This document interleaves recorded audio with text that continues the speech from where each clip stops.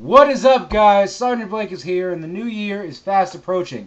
And while at first I was kind of reluctant to do a 2009 look back video, I figured it would probably be necessary because I did a lot of video games. I played a lot of video games this year, and there are quite a few good memories that I have attached to them. One of them being, the first one especially, Killzone 2. Now, I think that games are special for many reasons. If you can remember the exact day that you got the game, then that's one of the things that should hold tried and true to you. It should be special to you, because I remember I got Killzone. I was up all night the night before typing an English paper. I turned in that paper, which I thought was one of the best I had ever done because I had motivation. I got the paper in, I went down to Best Buy, I picked up 2 copies, one for my brother, one for me. And it has been the worst buy I've ever made in my life because he never even plays that fucking game. All that aside, though, when I played Killzone, when I logged onto it, there were 2 things I was looking forward to. A cool and interesting story and a kick-ass multiplayer experience. And I got the kick-ass multiplayer experience. The interesting story kind of fell through. Killzone 2's story, and I'll be the first one to say this, kind of blows. It just seems like all the characters are kind of one-dimensional, but I don't really care about that. You know, looking at that, whatever. Killzone 2 was a multiplayer game for me, and this is where it kind of gets bittersweet, because I met my first clan on Killzone 2. The guys at SAH, Shell of Light, Prophet, Dagoo2525, Shady Russian, Triple, all you guys have been great PlayStation friends, great friends in general, and have been a lot of fun to play with. And here's where it kind of gets sad.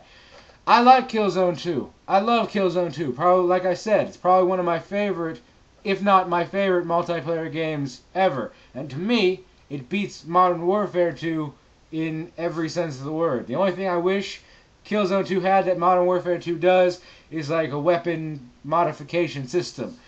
But unfortunately, nobody else in my clan agrees with me. Maybe one person, purely 2Kill, my friend over there all the way down under in Australia, probably would say the same. So all my clanmates, all my friends online are now playing Modern Warfare 2, and they kind of just forgot about me. Everybody just kind of says, "Who's Raul? Where's Sergeant Blake? Who gives a fuck? Modern Warfare 2."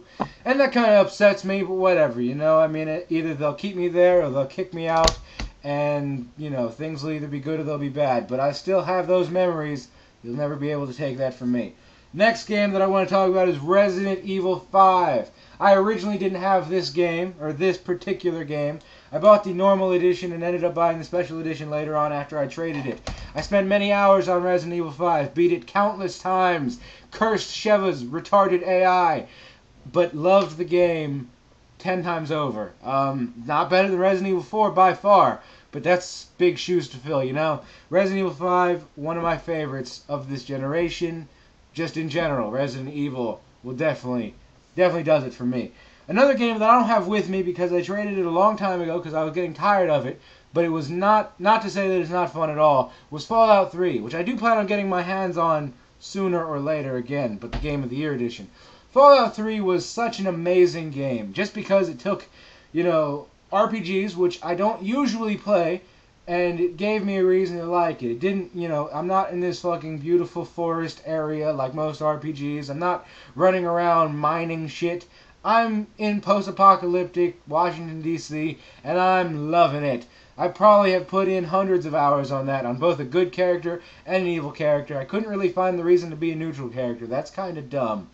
At least to me it is. But I loved Fallout 3. It was one of the most amazing games I've played ever. It's probably, definitely, like I said, it's one of my favorites again.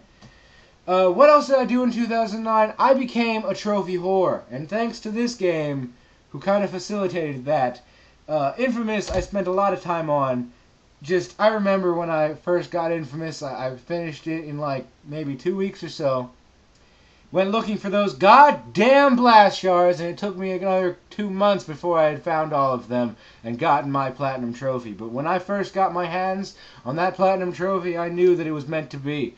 So I went on and I found other games that I loved to play. One, because Infamous was no slacker in the game department, but that I love to play, and that would be easy trophies. And that brings us to Batman, which I actually just recently picked up again. But love Batman. Batman, for anybody who's my age especially, because we all grew up with those crazy-ass Tim Burton Batman movies, and I don't particularly like the new ones either. This was everything that a Batman anything should be. It has the Joker. It has Mark Hamill as the Joker. It's got Kevin Conroy and the same girl who plays Harley. I don't remember her name. And a whole slew of other characters that are not maybe not have been in the cartoon that I grew up watching, but were there and conveyed the characters so well. Not only that, but the game itself wasn't too shabby, not at all, not in the least. Story was great, although I didn't like the boss battles because they were all the same. Batman rings true as one of the best, if not the best, superhero games ever. Of course, what would 2009 be for me if I wasn't talking about Uncharted? Probably one of my, if not my favorite games of all time.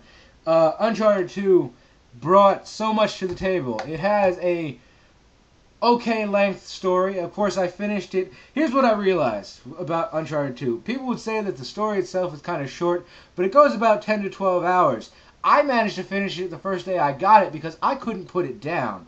So, you know, Uncharted 2 is amazing, and nobody can argue against that. It's gotten many awards. Everybody's been talking about it for very long, and it is good in every sense of the word.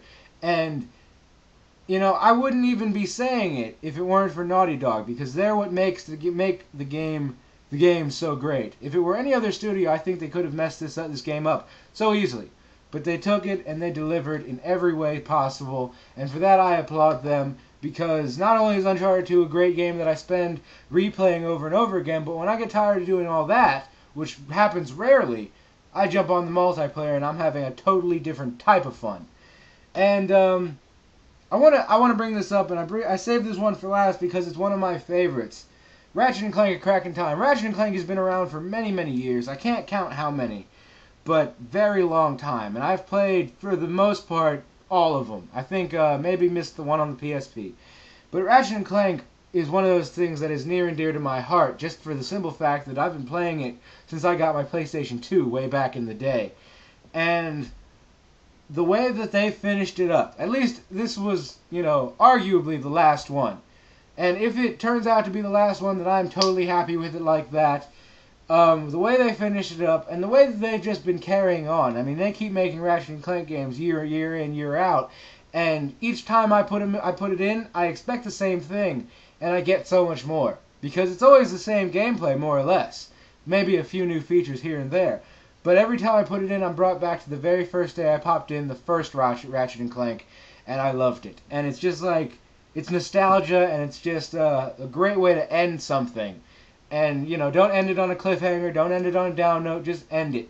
And make it seem like everything's going smoothly. And that's how that game went for me. 2009 was a great year for gaming. 2010, what am I waiting for? Personally, I'm looking forward to God of War. That's for sure, because God of War is probably one of my favorite games of all time. Other than that, I want to see how Heavy Rain does, because it's looking very interesting, to say the least.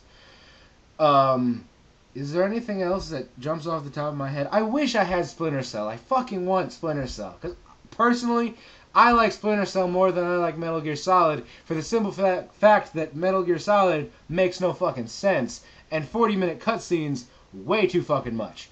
But I'm interested in that. The next Batman game, of course. If they ever, I want to hear some news about what's coming out later on.